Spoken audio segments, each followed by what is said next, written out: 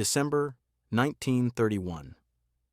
The wind howled across the barren expanse of the Canadian Northwest Territories. Snowflakes bit into exposed skin like tiny knives, and daylight was little more than a dull blue haze above the horizon. In the remote settlement of Fort McPherson, life was quiet, routine, and ruled by the rhythms of weather and wilderness, that is, until someone new arrived. He came without warning. No one saw him approach. One day there was simply a stranger in town, a man with piercing eyes and a silent, watchful demeanor. He said little, avoided conversation, and didn't give a name. Locals would later say he looked Scandinavian or maybe German. No accent they could place, but definitely not from around here. He bought supplies, flour, lard, ammunition, then he vanished into the bush. At first, no one paid much mind. Travelers passed through the north all the time, trappers, gold seekers, hermits. The land was vast enough to swallow them whole, but this man was different. Days later, rumors started trickling in from outlying cabins. He wasn't just a quiet drifter. He had built a cabin on the Upper Rat River, not near a trail, not near a river fork, just out in the wilderness, alone, in the dead of winter. And worse, he refused to speak to anyone. When a pair of Gwich'in trappers came across his camp and tried to greet him, he stood silently in the doorway, shotgun in hand, watching them until they left. His cabin, they said, was reinforced like a miniature fortress. Logs packed with moss, narrow firing slits instead of windows, no visible chimney. They left uneasy, whispering that something wasn't right. Word reached the Royal Canadian Mounted Police Detachment. Staff Sergeant Edgar Millen had seen his fair share of odd folks in the north. But this one raised alarms. Who comes all this way to avoid people, then builds a bunker in the trees? Something about it wasn't natural. When reports surfaced that the man had been tampering with other trap lines, disabling snares, stealing catches, that sealed it. Millen sent 2 officers to pay him a visit. They trekked north by dog sled, braving bitter cold and growing drifts. When they reached the stranger's cabin, they knocked. No answer. They called out.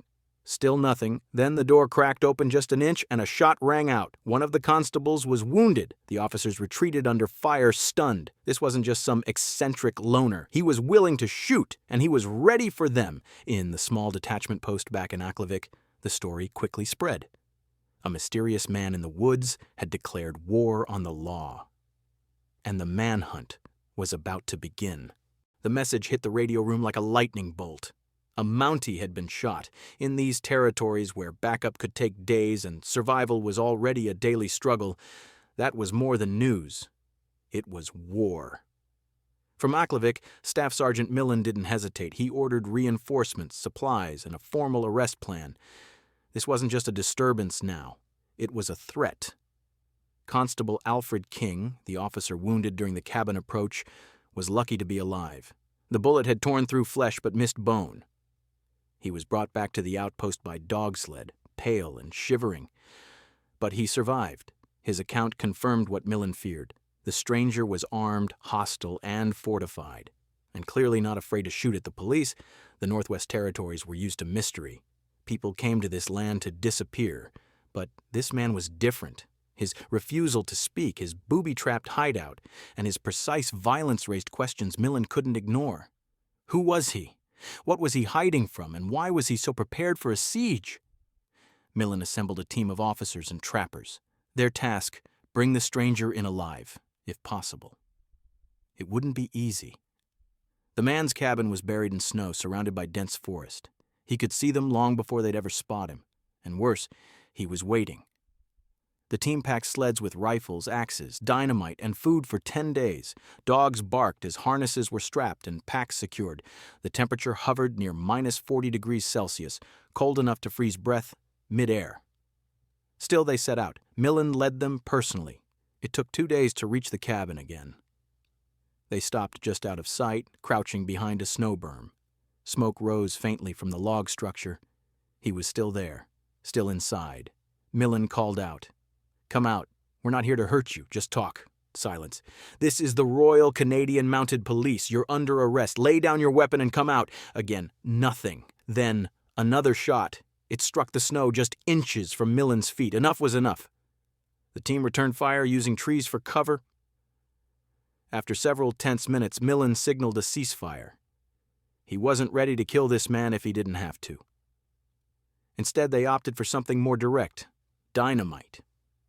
They lit a fuse and lobbed a stick toward the cabin's rear. The explosion shook the trees and blew apart one wall. Smoke and splinters flew. But when the dust cleared, the cabin was still, silent. They advanced cautiously. Empty. The man was gone. No blood, no tracks. He had vanished, into the forest, into the cold. The trapper had slipped through their fingers, and now the real hunt would begin. The landscape north of the Arctic Circle was more enemy than environment. There were no roads, no telegraph lines, only miles of snow-blanketed valleys, icy rivers, and dark forest. The only way to track a man through this wilderness was to become part of it, and Staff Sergeant Edgar Millen knew the terrain could swallow men whole. The day after the failed dynamite raid, Millen's team set out again. The trapper had escaped, but not far, they hoped.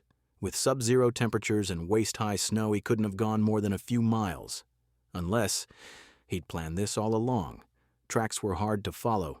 The wind covered them quickly, and the man had a habit of walking on frozen rivers or rocky ridgelines, places that didn't leave prints. Still, they pushed northward, led by local guides who knew the land like a second skin. These Gwich'in trackers spotted faint signs others would have missed: a snapped twig, a disturbed snow crust, an odd silence in the birdsong. Each day brought new frustrations. The man was cunning. He doubled back on his trail, crossed over natural obstacles to break pursuit. And once they came upon a decoy camp, just a fire pit burned down to ashes and a scattering of tracks that led nowhere. It was clear. He was watching them. He knew they were close. They spent nights in makeshift camps, huddled by fires with ice in their beards and frost forming on their boots. Food was rationed, dogs fed before men. Still, morale held. Millen refused to let frustration take hold. "He's out there," he said quietly one night, staring into the fire. "And we're going to find him." Then, on the 5th day, they did. Just past a frozen creek bend, one of the scouts spotted something ahead, movement in the trees. The men fanned out, rifles ready. Silence. Then, a crack, a shot. Snow exploded near Millen's boot. He shouted orders, ducked behind a tree. The trapper was there, hiding in a thicket, rifle trained, already firing before they saw him. Another shot rang out, striking a Mountie in the shoulder. They fired back, but the bullets vanished into the trees, then silence again. They rushed the position cautiously, but once more, empty, a shell casing, blood in the snow. No body, no man. He had slipped away again. This wasn't just survival. It was strategy. He wasn't fleeing blindly. He was leading them, outmaneuvering them. Millen felt a chill that had nothing to do with the cold. This wasn't just a manhunt anymore. This was a war of wits in the dead of winter. And the mad trapper was winning. The Arctic forest was a maze sculpted by ice and silence. Trees stood still as stone, their limbs heavy with frost, creaking faintly in the wind. The mad trapper moved through it like a ghost, vanishing into drifts, hiding in shadows, navigating ridgelines with inhuman endurance. The Mounties, despite their grit, were always one step behind. Sergeant Millen's team regrouped after the firefight, tending to the wounded and checking supplies. The injured constable, his shoulder bleeding and face pale, had to be transported back to Aklavik. Another man down. The group's resolve hardened. This fugitive was not only dangerous, he was inflicting real damage.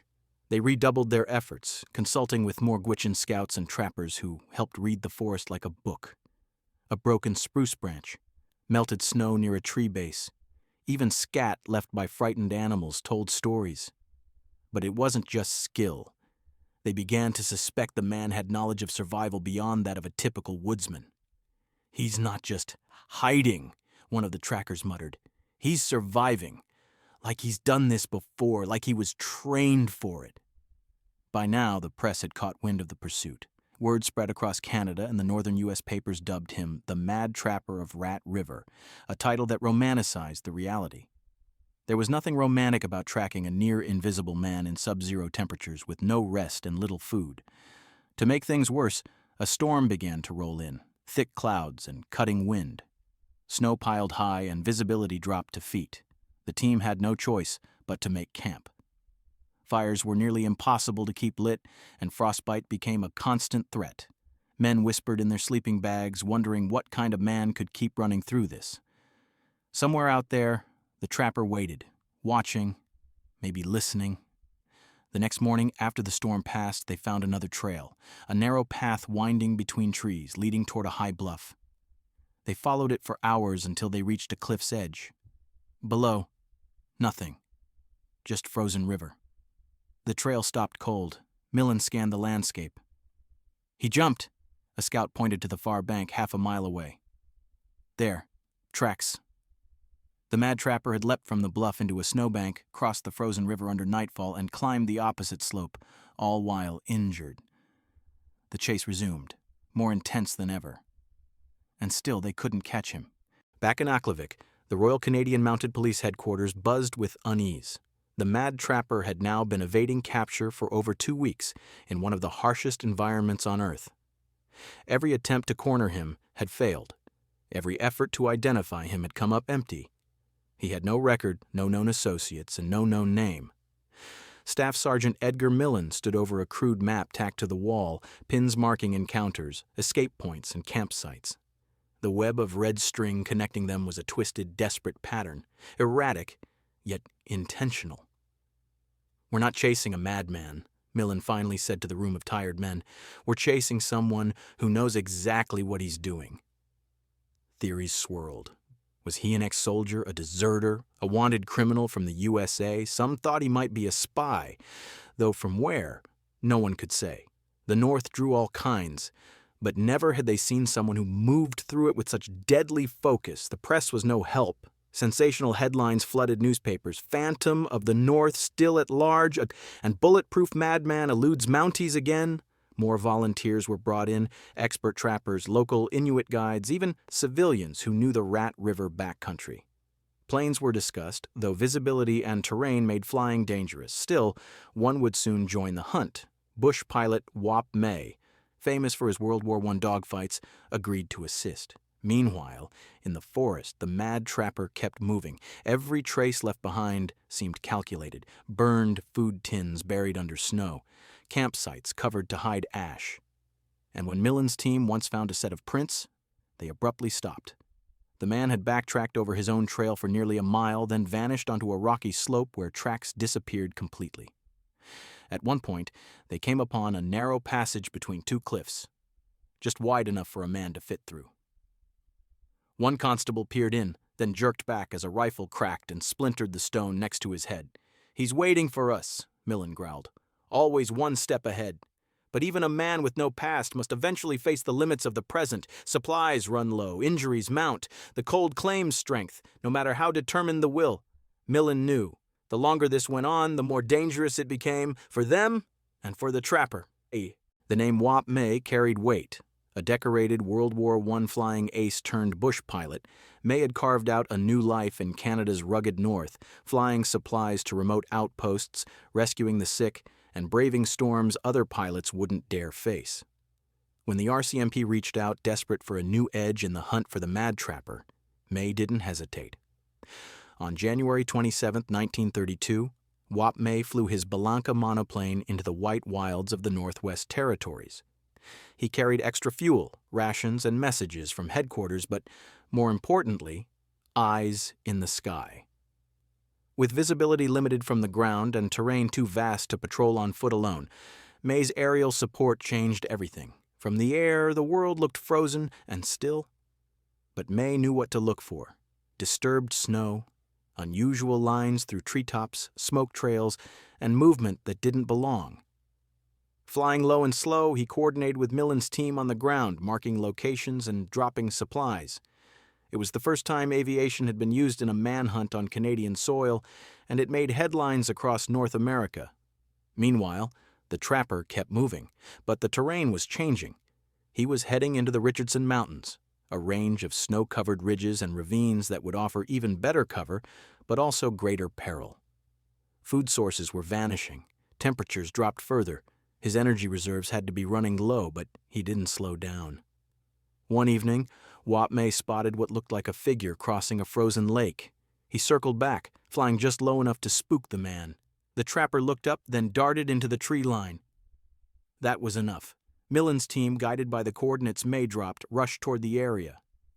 They found fresh tracks, a half-dead fire, and a cache of meat buried under snow. He had slept there, barely hours before. Excitement surged. The gap was closing. Millen stared across the ridges ahead. "We're not weeks behind anymore," he said. "We're hours." But danger works both ways. As they climbed higher into the mountains, the risk of avalanches, falls, and exposure grew. One misstep could mean death. And they all knew the trapper had nothing left to lose. He wasn't running anymore. He was preparing. By early February, the manhunt had become something more than a pursuit. It was a test of endurance, patience, and sheer will. The mad trapper had led Canada's finest through the unrelenting wild for over 3 weeks. Now, the chase reached the jagged teeth of the Richardson Mountains. The terrain was brutal. Snowdrifts reached chest height in the valleys. The wind roared through canyons like a freight train, scouring faces raw and snapping tent lines clean in half. Even the dogs were exhausted, their strength faltering under the endless load. Wapme continued aerial surveillance, flying dangerous patterns over craggy slopes, each gust of wind threatening to slam his plane into rock. But his efforts were paying off. He radioed in sightings, guiding Millen's team closer each day. One morning, just past sunrise, Millen spotted something in the snow, a blood smear, faint but fresh. A closer look revealed boot prints, dragging slightly on one side. "He's wounded," Millen muttered, "but he's still going." The pursuit intensified. They followed the blood trail up a narrow pass, ice slick underfoot and cliffs on either side. At times they had to crawl, gripping frozen roots just to stay upright. Every breath felt like inhaling glass. And still, the trappers stayed ahead. They found another camp, a simple hollow carved into a snowbank.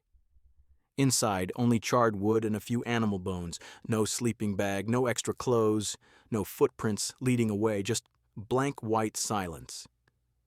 "He's not trying to live out here," said one Mountie. "He's trying to die on his own terms."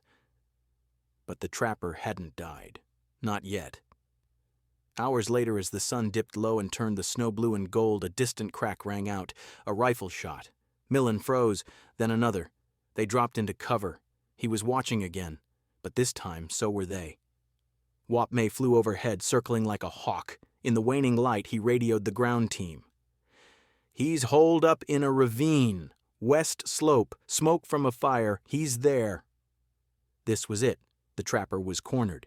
But as Millen stared down the slope into the freezing mouth of the ravine, he felt no triumph, only dread. Because every time they thought they had him, he vanished. And this time, they were the ones walking into his trap.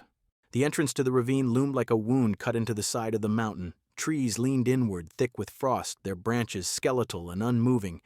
The slope leading down was narrow and slick, with sheer drops on either side. It was the perfect place for an ambush. Millen's men hesitated. They had been chasing the mad trapper for nearly a month. He had shot 2 officers, disappeared into impossible terrain, and now he was dug in again. This time, they knew exactly where he was. And that was the problem. Wapme's flyover had pinpointed a small fire deep within the ravine, tucked beneath a rock overhang.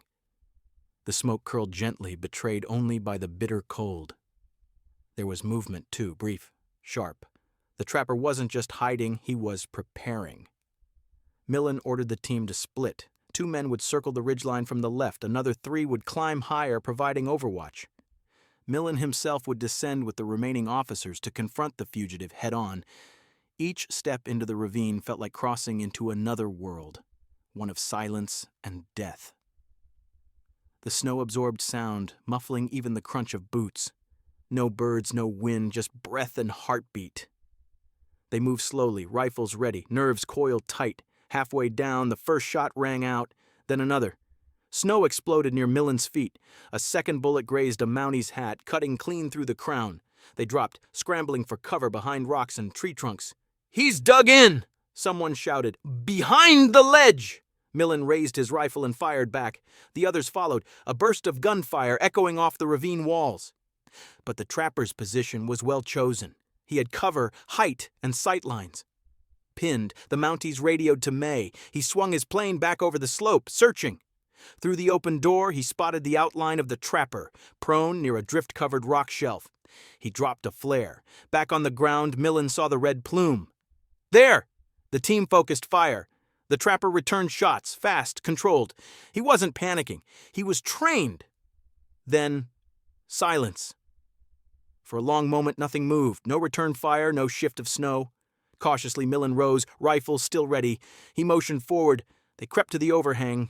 It was empty. Again, the trapper had vanished into a side crevice, a narrow gap leading into a maze of ice and stone. He had been within reach.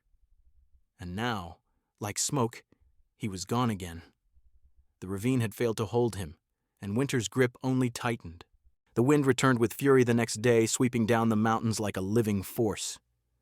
Trees bent. Snow lifted in sheets across the ridges, erasing trails as quickly as they were made. Millen's men packed up their temporary camp in silence, every movement stiff with exhaustion and cold. They had been so close. But the trapper had escaped once again, slipping through narrow rock corridors, ducking into a tunnel of ice, vanishing into a landscape that refused to yield him up. And now, once more, they were hunting phantoms. Yet even phantoms leave traces. The Gwich'in trackers moved ahead, eyes on the snow. The storm had hidden most of the trail, but subtle signs remained. Scuff marks on a boulder, a faint depression where snow had been disturbed and refrozen. They followed these breadcrumbs with uncanny precision. Hours passed, then a discovery. A frozen creek, its surface buckled and cracked. Along one bank they found it, a handmade snowshoe broken in two. Its frame was pine, bent by hand and bound with sinew. The straps were blood-stained. "He's injured, worse than we thought," one Mountie said. Millen examined the blood. It was dark, dry. Maybe a day old, but it was a start. They followed the creek, careful not to fall through thin ice. Just before dusk, they found a strange sight. Half a rabbit, uneaten, frozen solid. Left behind, a trap still attached to its leg. "He's moving too fast to eat," Millen muttered, "or too tired to care." The team made camp again that night, watching the stars flicker through gaps in the trees. Spirits were low, but determination held. The next morning, May flew overhead again. He dropped a note wrapped in bright red cloth. It read, "Smoke seen 5 miles northeast. Possible shelter. Coordinates enclosed." Millen didn't hesitate. They changed course. By midday, they reached the ridge above the sighting. Smoke still curled up, faint and dying. A shelter of pine boughs sat below in a hollow, half buried in snow. Millen gave the signal. They crept forward, only to find it empty again. Just ashes and an abandoned pair of mittens stiff with ice. But then, one of the trackers stopped. He pointed ahead. There, just beyond the trees, footprints. Fresh ones. The mad trapper was still just ahead, and this time, they were ready to follow. The trail was fresh, but the danger was greater than ever. The mad trapper had entered a narrow mountain corridor locals called Avalanche Pass. The name wasn't poetic, it was a warning. Snow clung precariously to steep cliffs, and the wind rattled loose chunks like dice in a cup. Millen's team debated the risk. Crossing Avalanche Pass meant threading through a frozen gauntlet where one loud shout, one errant footstep, could bring thousands of tons of snow crashing down. Still, they moved in. The trackers led cautiously, testing each step. The dogs refused to go further, whining and pulling against their harnesses. They were left behind with 2 men as the rest pressed forward on foot. Silence ruled the corridor. Even the birds avoided it. Echoes whispered back with eerie precision. And far ahead, the faintest mark of a boot heel on a wind-swept patch told them the trapper was near. Then came the sound. Faint at first. A low rumble, like thunder beneath the earth. Millen froze. "Avalanche!" someone screamed. The wall of snow came down in waves. They dove for shelter behind rocks and trees, some burying their faces in their arms, others scrambling. The snow roared past, choking the air with ice dust and sound. Then, silence. Millen coughed, his mouth full of snow. One Mountie had been caught mid-stride, buried to the waist, gasping. The team dug him free, breathless and pale. "We can't go further like this," someone said, but Millen pointed forward. "There. Look on the far side of the avalanche's path, half buried in snow, were tracks. Fresh. The trapper had made it across just before the slide. They followed. As night fell, they found another of his camps, this one even cruder than before. A circle of packed snow, still warm, and a single fish half-eaten, half-frozen. He was rushing now, making mistakes. They camped a few hundred yards away, watching, waiting. May circled above the next morning, but saw no movement. Then just after dawn, a shot rang out. From the tree line. The trapper wasn't fleeing anymore, he was turning to fight. The gunshot cracked through the frozen air like a whip. Millen and his men hit the snow instinctively, scanning the tree line. The bullet had missed, but not by much. Somewhere ahead, hidden among the trees, the mad trapper was lying in wait. But this time, the Mounties were ready. They fanned out in silence, moving low, rifles raised. Millen signaled for 2 men to loop around and flank from the left while he led the others forward. The terrain was tight. Snowdrifts and pine trunks offered cover, but also limited movement. Another shot rang out. Bark exploded from a tree inches from Millen's head. He didn't flinch. "He's on the ridge!" one of the constables shouted. The trapper had the high ground, but his position had a flaw. He was boxed in. Below him, the frozen river. On either side, steep cliffs. Millen recognized the trap, for once not one laid by the fugitive, but by the terrain itself. "Hold fire," Millen ordered. "Close in. Slow." They advanced inch by inch, pressing the trapper tighter against the slope. Another bullet snapped overhead. One Mountie returned fire, the echo sharp and brief. May circled above in his plane, watching the line close. From his vantage point, he could see it clearly. The trapper had nowhere left to go. Pinned, the fugitive fired again. Then silence. Millen motioned forward. He called out, "You're surrounded! No more running! Lay down your rifle!" No answer. Then movement, quick and low. The trapper broke from cover, bolting downslope toward the frozen river. Millen fired. Another Mountie shouted. Snow exploded behind the fleeing man. Then he tripped. He crashed face first into the snow, scrambling to rise. A shot rang out, this time from Millen's rifle. The trapper jerked, staggered, and fell. The chase was over. The team approached cautiously. He lay still, rifle half buried beneath him. Blood stained the snow. Millen bent down and turned him over. No expression, no words. The man was dead, and still no one knew who he was. The mad trapper had taken his secrets with him into the cold. But the mystery was just beginning.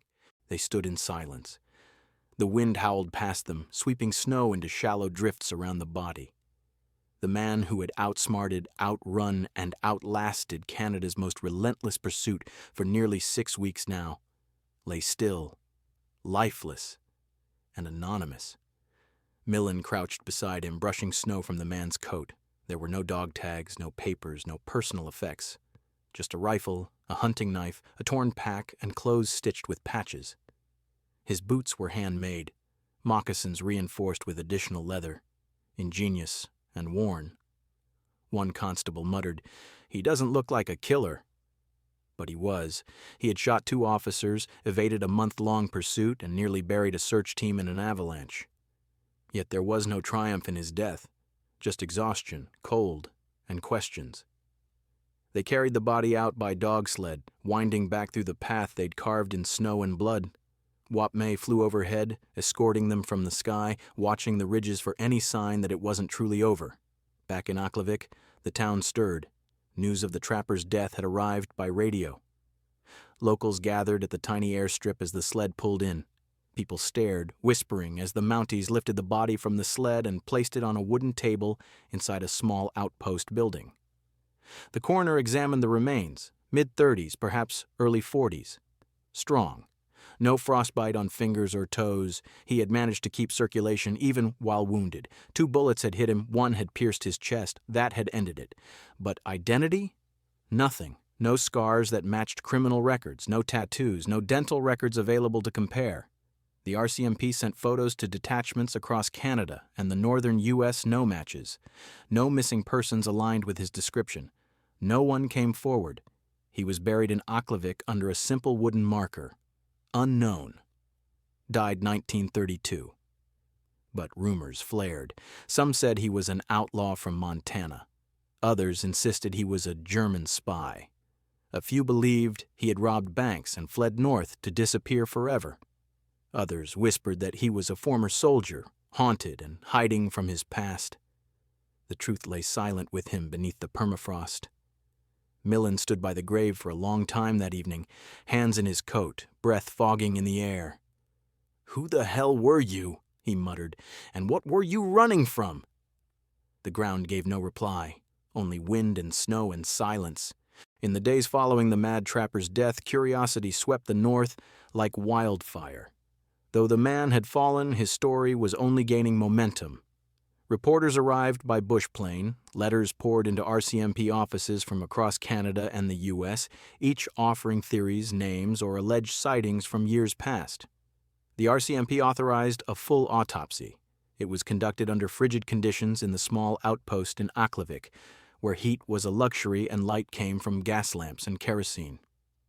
The coroner worked with care. The body was well preserved by the cold, muscular build, excellent dental health, and no visible signs of long-term malnutrition. This man had taken care of himself, even during the harshest winter.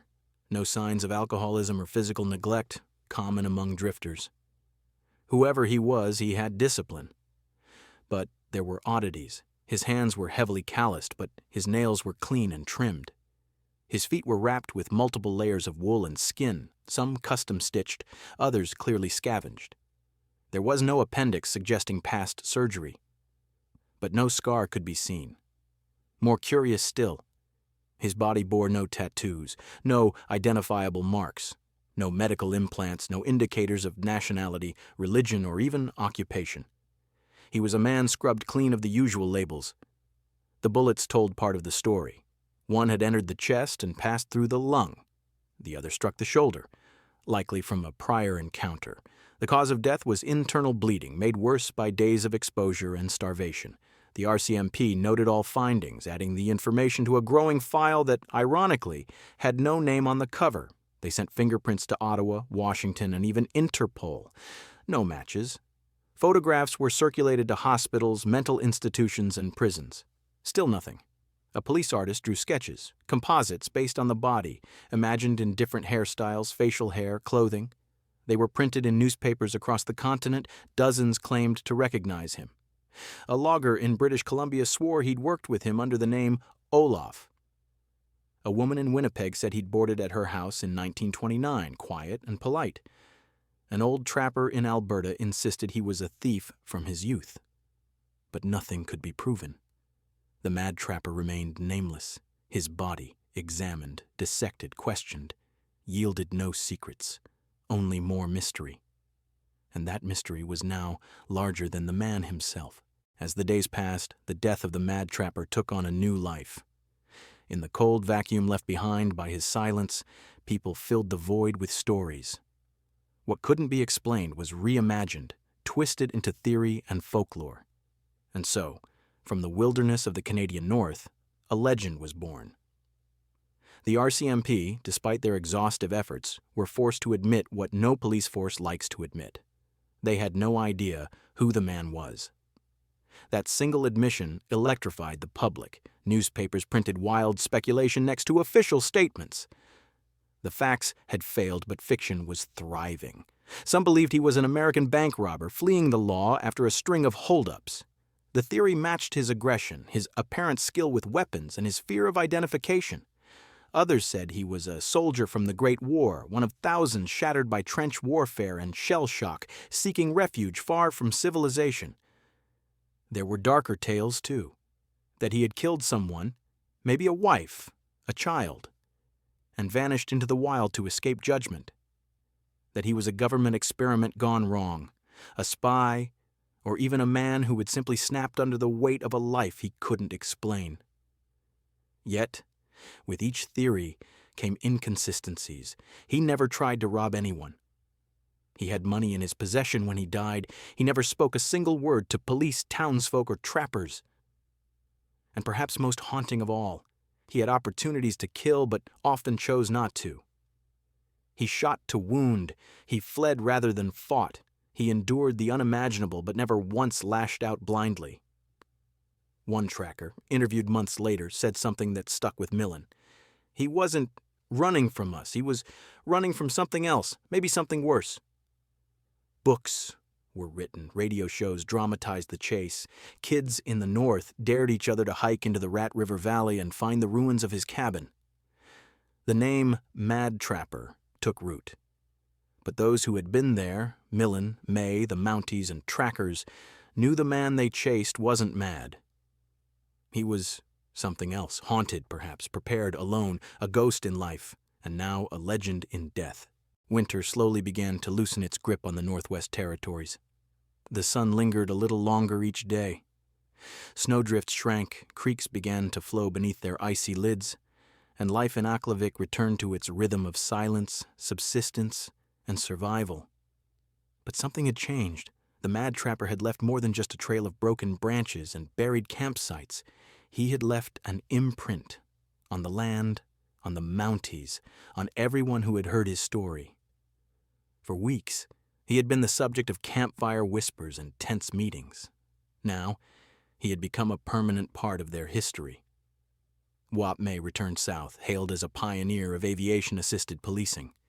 His role in the hunt brought him brief fame, but he never made a show of it. "I just flew the plane," he'd later say. "They did the hard part." Millen stayed in the north. He had the option to transfer, to move somewhere warmer, quieter, more civilized. He declined. Something in him had been forged in that long, cold pursuit. Something he didn't want to leave behind. He visited the grave one more time before spring fully set in. The wooden marker still stood, now leaning slightly under melting snow. No flowers, just wind and the occasional raven call overhead. Millen stood there for a long while. "Still no name," he said softly. "But you made your mark." In the following years, the story of the Mad Trapper continued to spread. Schools taught it as local lore. Authors reimagined it as wilderness tragedy. Filmmakers pitched dramatic adaptations. No one could resist the mystery. But some who had lived through it remembered the quiet moments more than the violence, the nights spent huddled around a fire with nothing but silence and the deep cold, the flash of movement on a distant ridge, the eerie sense that the trapper was never quite gone, just out of reach. There were sightings, of course, always unconfirmed. A man seen near the Yukon border, a camp found in the woods with similar construction, even reports from as far away as Alaska. None verified. Still the questions remained. Who was he? Why did he come? What was he running from? And in the long twilight of the north, those questions still echoed, carried by wind across mountains, over rivers, through trees that had once watched a stranger pass by in silence. A man with no name, a shadow carved in snow. Months passed. The ice receded, the rivers flowed, and summer returned to the Arctic.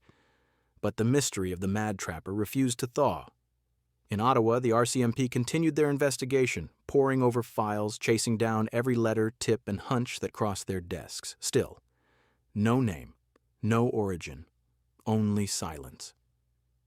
Then one day a letter arrived from a town in North Dakota. It came from a retired sheriff who had followed the news of the trapper's death. He enclosed a photo. Grainy, faded, but compelling. A man in a fur-lined coat standing near a cabin in the snow. "This here's the fellow I dealt with back in 2029, the sheriff wrote. "Went by the name John Johnson, real private type. Good with his hands, paranoid. Disappeared one night and never came back." John Johnson. It was a start. RCMP investigators compared the photo to the corpse they had examined months before. The bone structure matched, the hairline, even the peculiar shape of the ears. But there was no legal record of a John Johnson matching that man's features. No birth certificate, no military record, no marriage license. The name, it seemed, was as much a disguise as the man himself. Still the idea stuck. Newspapers began using the name Albert Johnson, a variation that caught on quickly. It had an air of mystery, a crispness that sounded fictional but plausible. And in time, it became the name etched into every book, article, and retelling. Albert Johnson, the Mad Trapper of Rat River. But was it his real name? No one could say for sure. Maybe it was borrowed from someone else. Maybe it was a name he chose for himself before vanishing into the Canadian wilderness. Maybe he had dozens of names, each discarded like a snakeskin whenever the past came too close. Millen, hearing the news, simply shook his head. "He never spoke," he told a reporter. "Not a single word. Whatever name he had, he took it to the grave." Still, a name, any name, offered comfort to a public hungry for resolution. Albert Johnson, the fugitive, the mystery, the ghost. And with that name, the myth grew stronger, but the truth remained just as elusive as ever. Long after the body had been buried and the papers had quieted, one final journey was made into the bush. Not by police or reporters, but by a group of trappers who had followed the chase with both fear and fascination. Their goal was simple: to find what was left of the mad trapper's cabin. They departed from Fort McPherson just before the fall thaw. It was a dangerous time to travel. The rivers swollen, the trails muddy, but they were determined. These men had seen the land swallow secrets before. If they waited any longer, the forest might erase all trace of the fugitive. After 3 days of travel by canoe and foot, they reached the area where the cabin had once stood. Trees leaned in thick around them, reclaiming space, but then, in a clearing, they found it. What was left wasn't much: a few blackened logs, a depression in the earth, nails scattered in the dirt like forgotten teeth. The remains of the trapper's shelter were skeletal, but unmistakable. The wall blown out by dynamite had never been rebuilt. Snowmelt had warped the floor. Moss and lichen grew where rifles had once rested. Inside the ruin, they found remnants: a rusted spoon, a tin cup, a shard of broken mirror. Nothing of value. Nothing that gave answers. One man swore he found a torn scrap of paper with a few illegible letters, but it disintegrated in his fingers. Another claimed there were bones buried nearby, animal, most likely, but it fueled speculation all the same. They built a fire and camped overnight. In the quiet, under the same stars that had once lit the trapper's path, they spoke in low voices about what he must have been thinking, how he had survived, why he had chosen this spot. "It wasn't just hiding," one said. "It was building a life, just without people." The next morning, they packed up and left it all untouched. "Let the forest have him," they said. "He wanted to disappear. Let him." But one of the men years later would return with his son. By then, the site was nearly gone, swallowed by underbrush and time. But the boy picked up a bullet casing near a birch tree, rubbed it clean, and held it in his palm like a relic. "Is this from him?" the boy asked. The man just nodded. They didn't stay long. The cabin was a grave now, unmarked, but not forgotten. The woods remember everything. Years after the snow had settled and the headlines had faded, the men who hunted the mad trapper each carried their own memories of the chase. Some spoke of it with pride, others with fatigue. All of them, however, remembered it as the hardest task of their lives. Staff Sergeant Edgar Millen remained in the North until his retirement. His reputation had grown beyond Aklavik, respected as a leader who had pursued the impossible and faced it head-on. But in private moments, he often reflected not on the final shot, but on the silences between. "It wasn't the danger," he once said in an interview. "It was the unknown. Chasing a man who didn't want to be found, who didn't speak, who didn't even seem to sleep. That kind of thing stays with you." Millen never claimed heroism. He was known for brushing off praise. "We just did our jobs," he told one young constable years later, "and we were lucky to survive." Constable Alfred King, the first officer shot during the confrontation at the trapper's cabin, recovered from his injuries but never returned to remote patrol. The wound left him with a permanent limp and a lingering unease in tight, wooded places. He eventually transferred south, working administrative duties until his retirement. Wap May, the daring pilot who flew reconnaissance during the pursuit, continued to fly across the North for years. He became a symbol of modern policing in remote areas, a living bridge between the old ways and the new. "The sky gave us the edge," he said, "but it still took men on the ground to finish the job."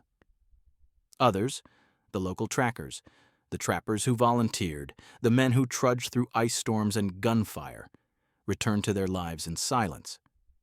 They seldom spoke of the chase, unless asked, and even then, only briefly. One Gwich'in tracker, long since retired, was once asked what he remembered most. His eyes, he said, I only saw them once. Cold, not angry, just watching, like we were the animals, not him. Their memories, scattered across time and distance, formed the real story of the Mad Trapper, not the dramatized versions, not the myth. The pain, the fear, the exhaustion, the sharp bark of rifle fire in the stillness of Arctic air. They had chased a man who didn't want to be caught, and in many ways, even after death, they never truly did. The grave in Aklavik became more than a resting place. Over the years, it became a point of pilgrimage, an odd landmark at the edge of the civilized world. A small wooden cross, sometimes replaced, sometimes repaired by quiet hands, marked the spot. It bore no name, just the year, 1932.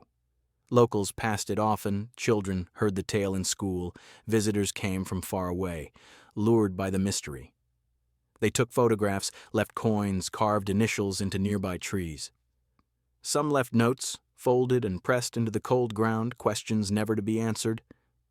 The town respected the grave, but not reverently. It was part of their story now, woven into the long winters and brighter summers. A cautionary tale and a local legend. But as time passed, the mystery hardened into silence. People stopped asking who he was. They accepted what little they knew. He had come, he had fought, he had died. What remained was not the man, but the space he left behind. Still, every now and then someone tried again. A researcher in the 1960s petitioned for the body to be exhumed. He was denied. In the 1980s, a documentary crew visited Aklavik, filming long shots of the grave under falling snow, pairing dramatic narration with soft, eerie music. In the 1990s, a crime writer suggested the Mad Trapper had been an escaped convict from Colorado. The RCMP followed the lead, it went nowhere. And then in 2007, the grave was opened. With permission, a forensic team exhumed the body to perform a full DNA analysis.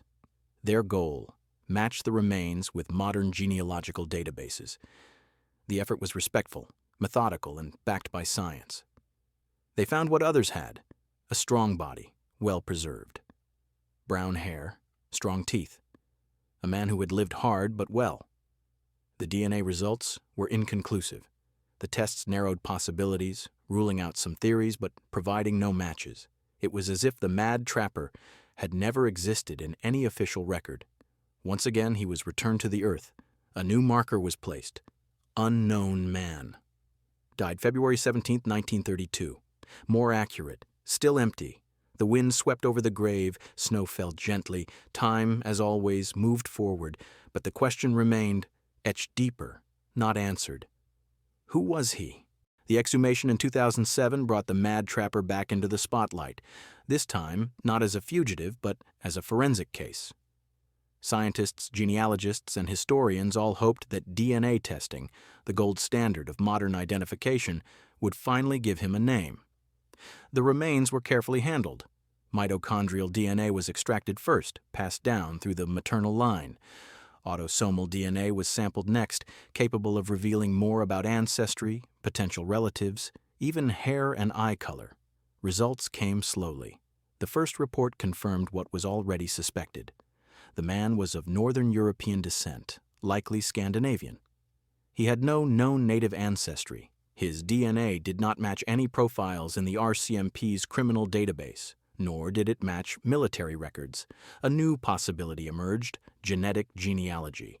Researchers partnered with teams who worked on cold cases. They uploaded the trapper's DNA to public ancestry sites, seeking distant cousins, obscure matches, or shared family trees.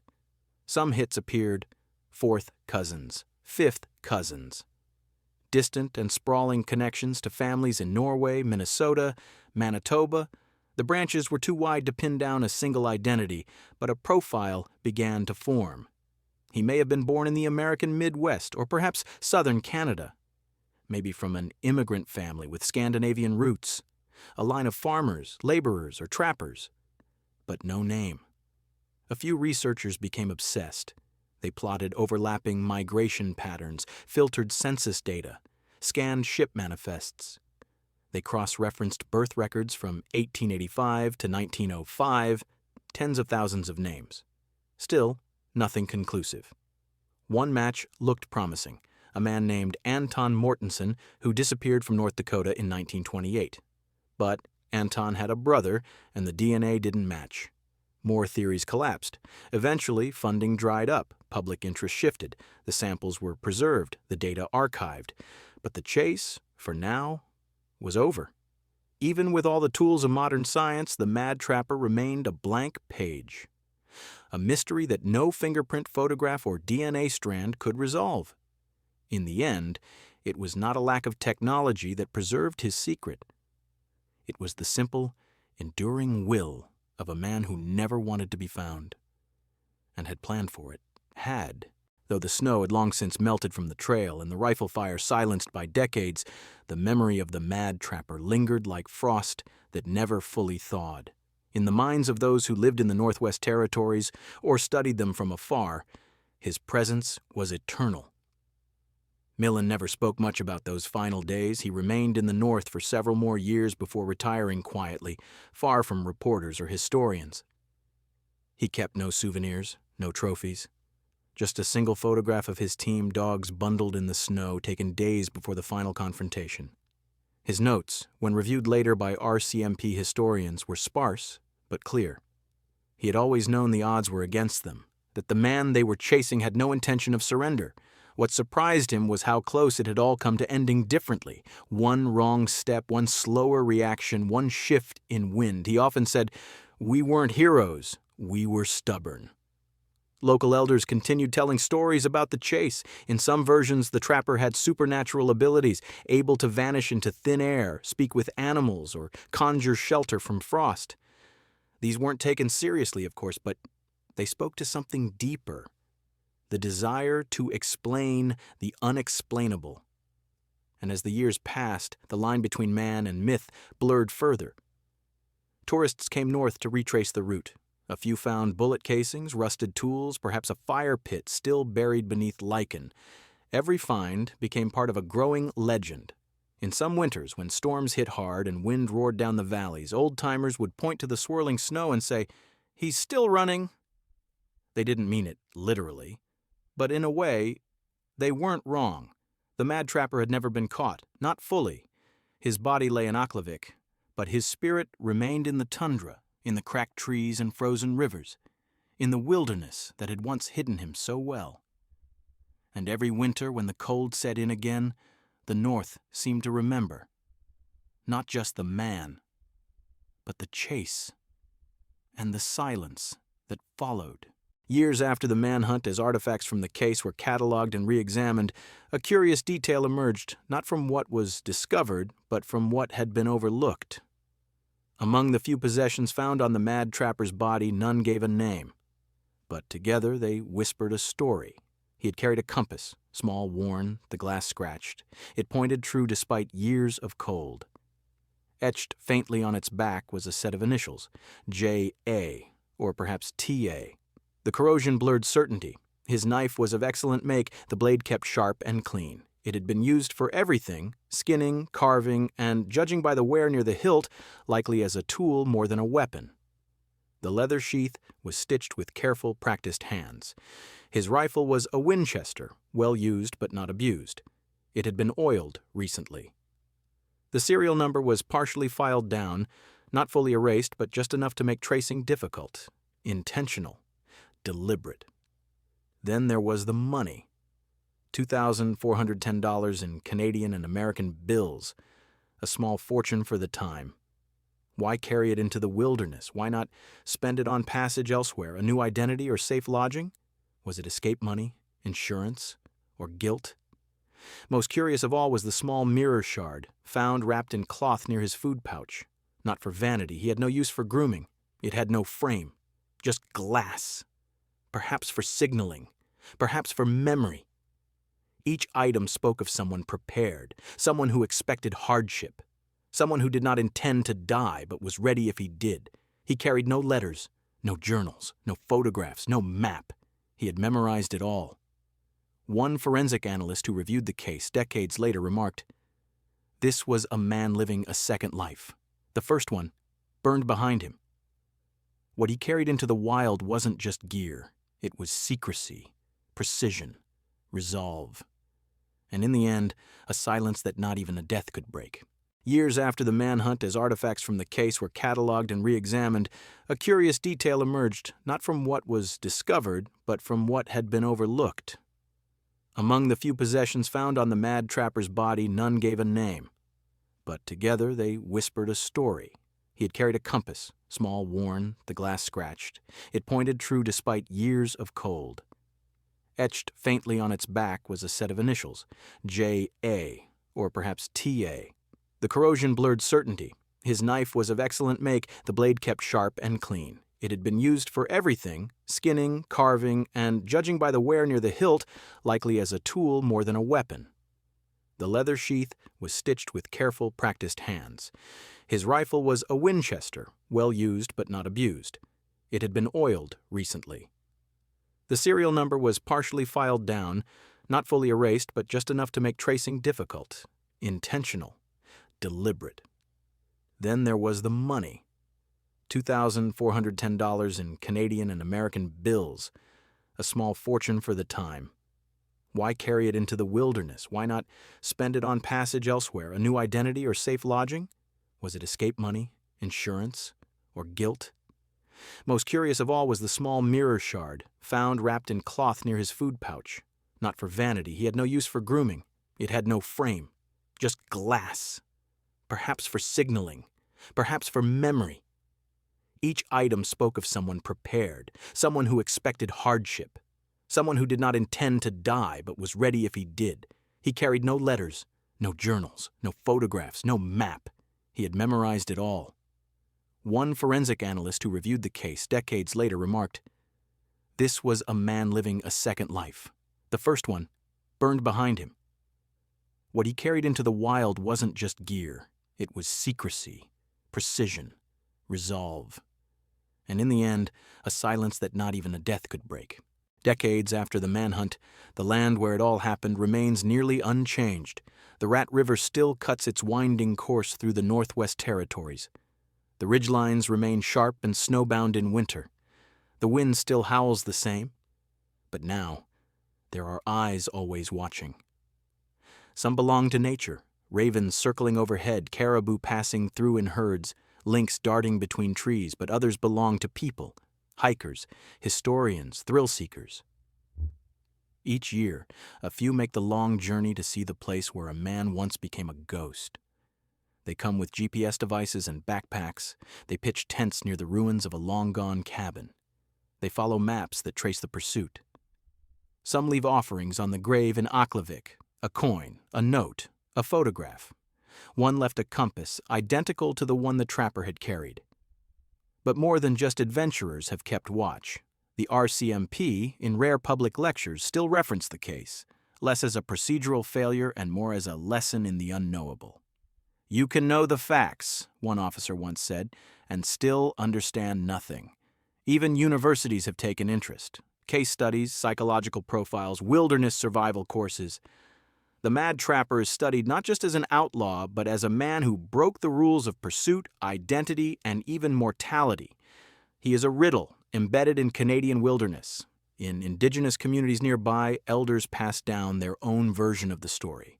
It is not always the same one told in newspapers. Their version often has no villain, no hero. Just a man, a place, a moment when lives collided under cold skies. "We do not chase shadows," one elder said, "but sometimes shadows come anyway." For all the theories, no one has truly solved the puzzle. But they keep watching the river, the forest, the snow, waiting, perhaps, for another like him to appear. Or maybe, deep down, still hoping to find one last footprint in the frost, one that was somehow missed, one that finally points back to who he really was. Among the yellowing folders of the RCMP's archival vaults, there sits a file thicker than most, labeled simply Johnson Albert, a.k.a. Mad Trapper. It is a dense accumulation of memos, sketches, photos, witness statements, and correspondence spanning nearly a century. But for all its bulk, it holds no answers. Investigators have combed it for patterns. Historians have flipped through every page, hoping for an overlooked clue, A discrepancy in dates, a mismatched name, a slip in an otherwise airtight silence. Yet every page only confirms what the world already knows. He arrived, he defied, he disappeared into legend. There are pages filled with handwriting analysis comparing his penmanship, taken from a barely legible note found near an abandoned trapline, to known fugitives across North America. There are photographs of every item he carried, catalogued with almost obsessive detail. The coin pouch, the mirror shard, the rifle, the boots, and notes written in the margins. Why file off serial number? No fingerprints on compass? One file includes a list of all the Albert Johnsons known to have existed in Canada and the northern United States between 1890 and 1930. There were over 400. Each was followed up, none matched. A handwritten letter from a retired Mountie dated 1973 still rests between case notes. In it, he writes, "After all this time, I think he wanted us to look. I think the chase was part of it. The silence, the traps, the watching. Maybe he was punishing someone, or maybe he just wanted to prove it could be done."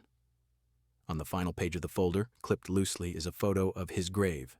The original cross, snow all around. There's no caption, because none is needed. The file is reviewed once every decade by fresh recruits as a curiosity, a case unsolved, a ghost that walks in snow. And then it is returned to the shelf, sealed again. Still thick, still silent, still watching. The Arctic is not a forgiving place. It remembers everything, every boot print, every fire pit, every scream lost in the snow. But it remembers in silence, and that's where the mad trapper lives now. Not in headlines, but in the quiet beyond. Years passed, then decades.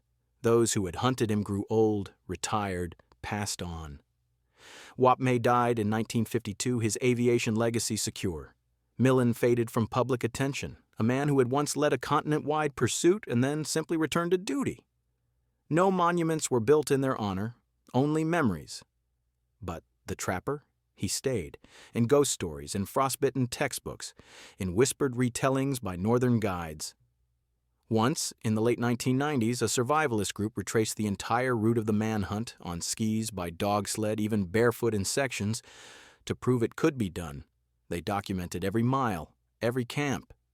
At the site of the final ambush, they held a moment of silence. "He should have died long before they caught him," one of them later said. But he didn't, and that's the part that gets you. A century later, the trees he passed are still growing. The rivers still freeze, the cliffs still echo with wind, but somewhere out there, under snow or in the back of a shed, maybe one of his final camps still waits, untouched, unspoiled, undiscovered. And maybe inside it there's a journal, a letter, a name. Or maybe he burned them all. Some mysteries unravel slowly, others refuse. The mad trapper of Rat River did not die with his body. He survived. In the space between truth and story, between frost and fire, between the known and the unknowable, a man without a name, living quietly forever in the quiet beyond. There was one detail in the case that haunted investigators more than any other, not the money, not the silence, not even the anonymity. It was the blood trail. On the 11th day of pursuit, just before the team encountered the ravine, trackers found a spatter pattern in the snow unlike any they had seen before.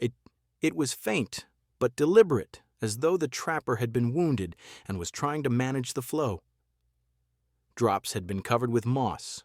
In some places, the snow had been scraped away completely. It wasn't just that he was injured. It was that he knew how to bleed without being followed. RCMP medical advisors later remarked that the trapper must have had experience with trauma care. The binding technique on his shoulder, witnessed briefly when he was spotted scrambling from a snowbank, was textbook. Clean, tight, expertly fastened with materials salvaged from clothing and sinew. He had not just survived in the wilderness, he had adapted with precision.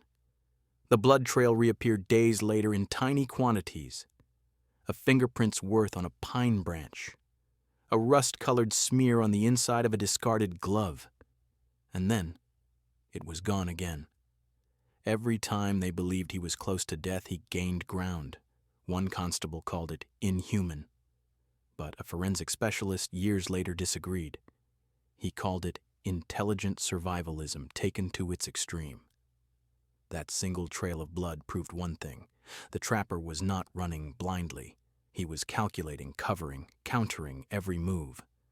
The trail finally ended at the base of the final slope where the last gunfight took place. One dark splash against a tree. Then nothing.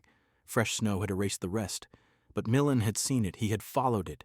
He knew what it meant. "That was the moment," he wrote later. "I realized he wasn't running anymore. He was circling. And in that circling, the hunter had almost become the hunted. If the blood had told a story, it was this. He was not invincible, just relentless. Deep in a hollow between two icy ridgelines, the remnants of a fire were found years after the manhunt had ended. It wasn't listed on any RCMP report. It wasn't known to the search teams. It was discovered by accident by a pair of hunters in the late 1940s. What they found was simple. A circle of blackened stones, a small tin partially melted in the ash, and the faint remains of footprints leading in, but not out. The site sat miles from the trapper's final stand. And yet every sign pointed to it being his. The arrangement of supplies, the way the snow had been flattened under spruce boughs, the absence of any trail beyond it. Whoever had stayed there had done so deliberately, quietly, and without company. No one could say when the fire was last lit. But one hunter swore the tin still smelled faintly of lard. The spot became known among trappers as the trapper's refuge. Some believed it had been his fallback shelter, a place prepared in advance should his main cabin be compromised. Others argued it was a psychological escape, not a practical one. A place to sit, to think, to wait. Those who visited the hollow said it felt different, still, oppressive, like something had been left unfinished. In later years, a historian suggested that this final camp may have been a crossroads for the trapper, a moment where he stopped running and decided to fight. Others believed it was the first place he had felt safe and knew he would never feel that way again. Nothing of value was found, no documents, no gear, no clues, just the stones, the tin, and silence. What struck most who came upon the site wasn't what was there, but what wasn't. No signs of panic, no urgency, only purpose. The fire hadn't been snuffed out. It had been let to burn down naturally, as if the man sitting there had stared into the flames until they faded and then walked back into the cold. The case of the mad trapper left no confession, no trial, and no name.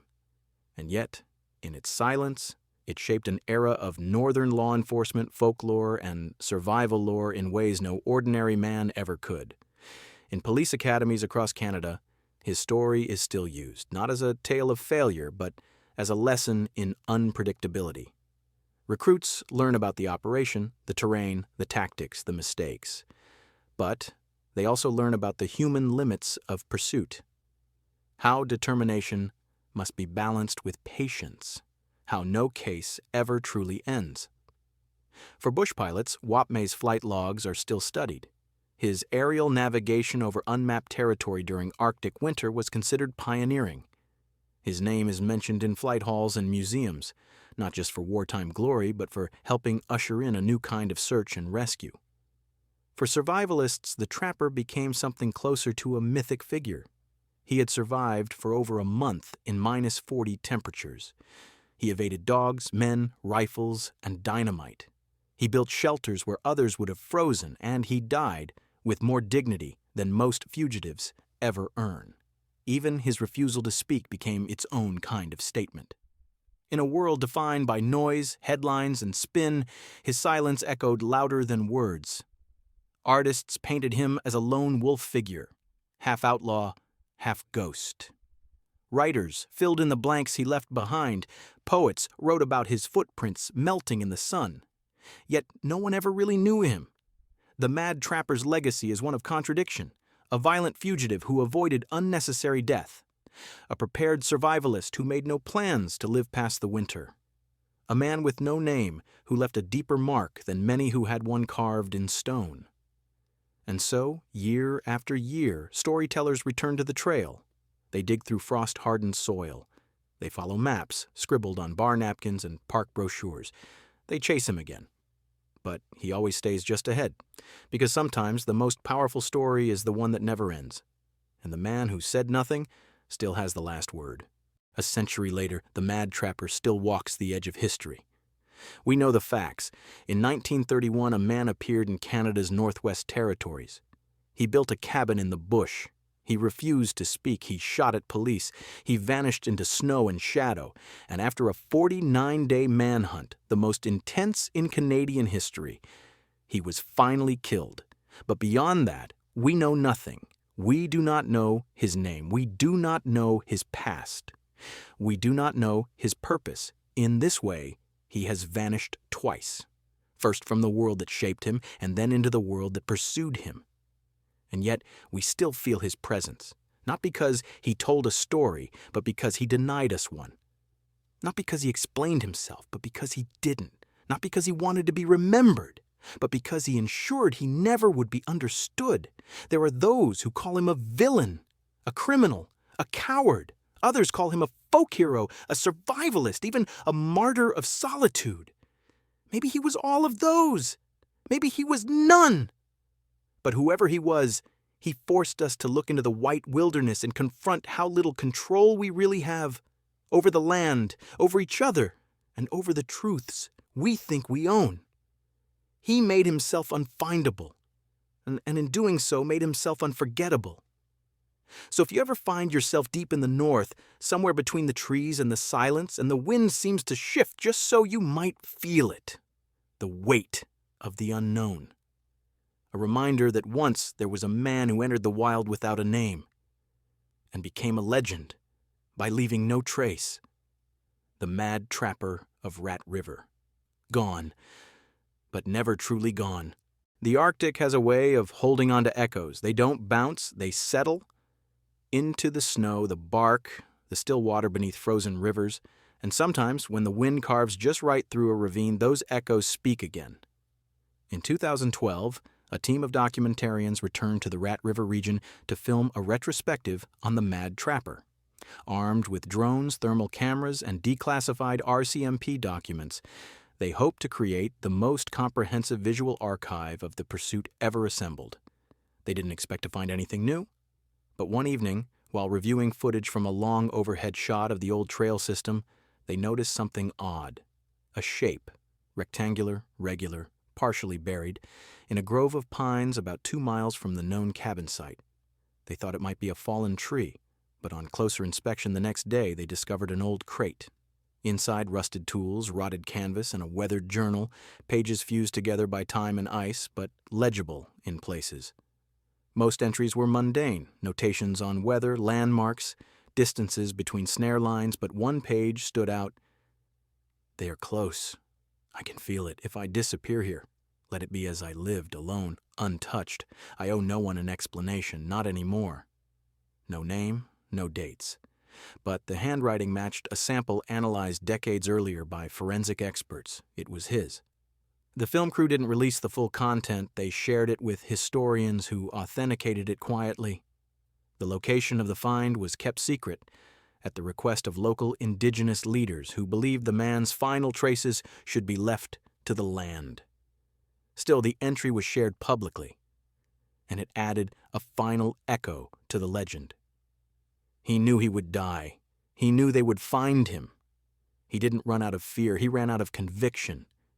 And even now, long after the boots stopped crunching across the snow, his voice remains, faint, icy, unwilling to explain. An echo in the ice, too late to answer, too clear to forget. In the quiet that followed the rediscovery of the journal fragment, the debate began again. Not among police or forensic teams, but among historians and storytellers. If the trapper left behind words, even few, could it mean more clues were buried in the snow? The area where he had roamed was vast, untouched caves, ice-choked crevices, hillsides never fully mapped. It was possible, perhaps even likely, that more caches, more shelters, more traces lay hidden just out of reach. So expeditions formed, some scientific, some recreational, all fueled by the same desire: to find the name beneath the myth. One team, funded by a university, mapped the Rat River region using LiDAR and thermal imaging. They found dozens of irregularities, some natural, others man-made. Most led nowhere. One revealed the stone outline of what might have been an emergency shelter long since collapsed. No bones, no papers. But in the dirt, scratched into a piece of slate, a single name was found: Knut. Just that. No last name. No context, no date. Was it his name? Someone he knew? A decoy? It was enough to reignite the speculation: Scandinavian ancestry, Norwegian origins. A drifting worker from the early immigration waves. The name matched fragments found in regional records, but as always, nothing fit perfectly. Researchers scanned ship logs from the 1920s. One entry described a man named Knut Johansson, who disappeared from a lumber camp in British Columbia in 1928. Another Knut, this one with no last name, was listed in a rail worker registry, but struck through with the word gone. The evidence was thin, but for those who had spent decades peering into the frost, it was more than enough to chase. And so they chased again. But every time they thought they were close, the snow covered the trail. Knut, Albert, John, the names gathered like footprints, temporary, unconfirmed, and just like that, lost again to the drift. In law enforcement circles, cold cases are rarely closed. They are filed, stored, and reviewed with fresh eyes as technology evolves. The Mad Trapper file, despite being technically resolved, remains a cold case in a different sense, solved by circumstance, but still unsolved by identity. In 2015, the RCMP allowed limited digital access to portions of the case file: redacted names, declassified memos, annotated maps. It was part of a public transparency initiative, but it reignited interest in the case like flint to dry bark. Online sleuths took up the chase, forums popped up, maps were posted, threads exploded with speculation. Armchair detectives cross-referenced shipping logs, prison escape records, immigration manifests. One claimed the trapper was a Soviet defector. Another insisted he was a former Pinkerton agent gone rogue. In a remote genealogy group, someone uploaded a blurry photo from a church basement in Minnesota. A man with a face like the trapper's, standing among Norwegians. No name, no notes. It could have been him, or not. A few researchers took things further. They petitioned private DNA companies to reprocess the original samples using updated methods. Some agreed. New matches trickled in, distant cousins mostly, but nothing definitive. No smoking gun. And always, the trail went cold. One retired Mountie, now in his 80s, gave a rare interview in Yukon radio. When asked about the case, he said, "We kept trying to name him because naming feels like closure, but I think he planned it that way. His escape wasn't from a place, it was from a past." The interviewer asked what he meant. He smiled and said, "You don't go that far, that quiet, that well-prepared unless you're burying more than just your name." No new theories have emerged since then that hold water. Just digital dust, drifting like snow across screens, and the cold trail that always loops back into white. Always just beyond the last footprint. Always just out of reach. Every winter in the small settlements scattered across the Northwest Territories, when the nights stretch long and the wind howls outside wooden cabins, the old stories come back.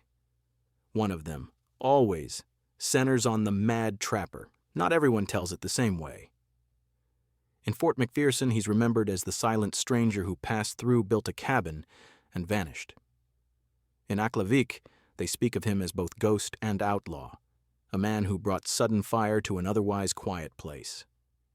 In some versions, he was wrongly accused. In others, he was far more dangerous than anyone ever guessed. "You know," one elder said during a local story circle, "we still hear footsteps out there in the brush. Not wolves, not moose, just a man. Heavy boots, one step then gone." No one laughs, the fire pops, and someone always adds something new. A cousin's tale, a lost map, a letter found in an attic unsigned, dated 1931. Once, a traveler from the south claimed he met a man near the Yukon border who fit the trapper's description. Scar on the hand, same quiet eyes. That was in 1954. Another tale says a similar man once worked briefly at a mining camp under a different name and left without pay. That was 1946. No proof, just firelight. It's become tradition now, not to solve the mystery, but to keep it alive. The Mad Trapper isn't just a man anymore. He's the story people tell when the dark closes in and the trees press against the windows. He's the reason you check your snares twice. He's the one trail you don't follow too deep into the woods, because what if he's still out there? Not living, not exactly, but waiting, just far enough away that no one can say for sure, but close enough that every story feels a little too real. And the fire burns just a little hotter. Not all stories are told aloud. Some are carved into trees. Some are buried under stone. Some are left in silence, because silence says more than words ever could. The Mad Trapper's story is one such silence. Historians continue to debate his background. Psychologists write papers on his behavior. Forensic analysts run updated profiles every few years looking for matches in growing databases. But in the North, where it all happened, the people don't need the data. They remember how it felt, the tension in the air, the stillness between shots, the silence in the trees after the chase had ended. They remember a man who defied all expectation, not with violence alone, but with restraint, with cunning, and with purpose. A man who never asked for legend but became one simply by refusing to be known. Out on the land, a few things still remain. A bent nail where a cabin once stood. A tree with its bark carved away in a V.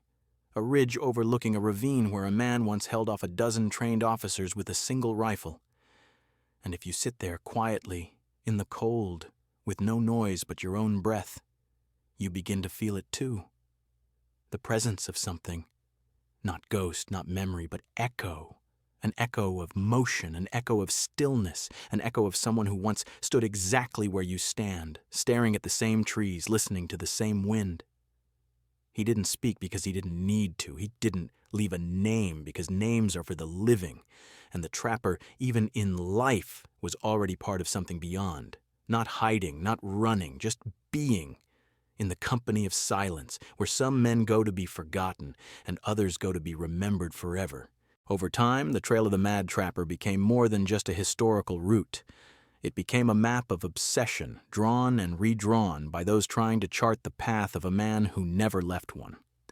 By the 2000s and 20s, amateur cartographers and digital historians had begun assembling layered maps of the chase. Using satellite imagery, terrain data, and accounts from journals and police reports, they tried to recreate each movement, every shift in direction, each possible campsite. The results were haunting. His path wasn't random, it was elegant. Each move followed terrain features that provided maximum cover and concealment. Every camp was tucked just beyond the line of sight from trails. He often moved perpendicular to patrol lines, never directly away, but always at a deflecting angle, like he was bending the very geography around his escape. One researcher, a former wilderness guide, published a digital model of the route. He titled it, Chasing Silence. In his notes, he wrote, "You don't move like this unless you've studied the land before you walk it. Either he scouted it long before he built that cabin, or he had a map in his head no one else could see." Some areas, when plotted in 3D, showed moments of near capture, points where patrols were within 200 meters of him. And yet, he slipped away every time. He wasn't just running from lawmen, he was navigating something deeper, terrain, psychology, and time. The digital map became a cult object.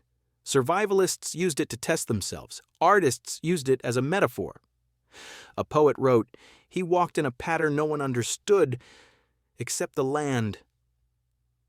And slowly that map became something else. A ghost story in topography. Not just where he was, but who he was. A man who mapped himself into myth and left us with lines across the snow measured not in miles, but in mystery. There's a moment in every story when it stops being history and becomes legend. For the Mad Trapper, that moment wasn't the chase or even the gunfight, it came later, in the stillness. In 2021, a northern guide named Eva Paulson was leading a small party along a historical trail near the Rat River. They were not ghost hunters or theorists, just hikers chasing a remote adventure. Late one night, with the wind dead and the trees stiff as bone, she stepped outside their tent and heard it. Footsteps. 1, 2, 3. Then nothing. She spun her light across the brush. No tracks, no animals. But she knew what she heard. Measured. Human. She didn't tell the others until morning. When she did, a second member of the group, a historian named Greg Lane, said he heard them too. They didn't speak about it again. Later, in a quiet interview, Ava said something that would be quoted many times over. "I don't believe in ghosts, but I believe in echoes," and that was something walking through the echo he left. Her words were picked up, printed, shared. A sound designer recreated the rhythm for a podcast. Writers called it a manifestation of guilt, memory, or myth. But others, those who'd spent time in the North, said it made sense. Because in the Arctic, sound travels strangely, and silence. It keeps things. Some believe those footsteps are still out there. That somewhere, between the frost-hardened ridges and the whispering pines, the land replays its own history. Not haunting, not warning, just reminding that someone walked here once, someone with no name, and he never really stopped. The snow only muffled his steps, but never erased them. Sometimes, the land gives back what it hides, just not on the timeline we expect. In 2023, an unseasonably warm summer in the Yukon caused a series of permafrost thaws. Meltwater carved new paths through ancient soil, unearthing remnants long forgotten, stone tools, animal bones, and a single rusted metal box. It was found by accident. Two researchers on an unrelated climate project stumbled upon it embedded in a shallow slope. It took nearly an hour to dig out. They expected junk. What they found stopped them cold. Inside were scraps of fabric, a hand-carved spoon, and a folded oilcloth bundle. Inside the bundle, a photograph, faded, water-damaged, but visible enough to make out a face. A man, thin, eyes sharp, standing in front of what looked like a cabin. No date, no name, but the clothes matched the era, and the face. The resemblance to the known sketches of the Mad Trapper was uncanny. They turned it over, a line of writing, barely legible. Knut. 1929. The box was turned over to authorities and forensic analysis began. The photograph couldn't be definitively confirmed. The ink was too faded for complete recovery. But handwriting experts compared the note to the journal found a decade earlier. They matched. Another breadcrumb. The discovery didn't solve the mystery. If anything, it deepened it. Why bury the box? Who took the photo? Was it a final gesture of remembrance or a marker of escape? Some believe it proves Knut was his real name. Others think it was another dead end planted to confuse, to mislead, to vanish deeper. But the frost gave it up, and the land, though silent, had spoken once more, not in words, not in names, but in clues left just beneath the surface, waiting for warmth, for time, for us. As the years stretched into decades and the mystery of the Mad Trapper solidified into lore, one truth remained untouched. Not for lack of interest, but because no one dared ask it too clearly. What if he didn't want to escape? Not from the law, not from society, not even from some shadowy past. What if, instead, he had come to the North to disappear in the truest sense? To be unmade, to shed the name he had been given, the history that clung to him, and become something else entirely. For all the talk of survival, of wilderness cunning and sharpened instincts, there was always something deeper at play, something colder than the ice, more final than the bullet that ended him. He built no legacy, left no family. He made war not just on the Mounties, but on recognition itself. He fought to vanish, and in that sense he won. Even now, as documentaries are filmed, theories spun, and bones examined, the one question that rarely makes it to the surface is the simplest of all. What if he succeeded? What if this legend, this chase, this puzzle, was exactly what he wanted to leave behind? A story that leads nowhere, a trail that folds in on itself, a name no one could claim, not to punish, not to escape, but to let the silence speak for him. So, Perhaps the final mystery isn't who he was or where he came from or even why he ran. Perhaps the final mystery is why we keep chasing and what we think we'll find when we finally catch him, if we ever do. Legends are not born in noise. They are born in the quiet after it ends. The Mad Trapper's trail may have stopped on that frozen slope near the Eagle River, but his story didn't. It kept walking, through campfire tales, through police reports, through lines of poetry and frames of film, but now, at the edge of 100 years, the legend rests. The grave in Aklavik remains, simple, unadorned, marked only with the name he never confirmed, Albert Johnson. Visitors leave coins, carved stones, notes in plastic bags with their own names written on the back as if seeking permission to be forgotten too. The land holds him. And maybe that was the point all along, to leave the world not with a confession, but with a question, not with a monument, but with silence, a silence so complete that it swallowed every truth but the one no one could take from him. He chose to vanish. And in doing so became something more than a man. He became the echo of the wilderness itself, harsh, mysterious, enduring. No one will ever know what drove him to build that trapline, to fire that first shot, to defy the odds so completely. But in every gust of northern wind, in every untouched ridge, in every set of fresh tracks that end in nowhere, you can still feel him. Where legends sleep, not because they are dead, but because they have nothing left to say. And yet, they are never quiet.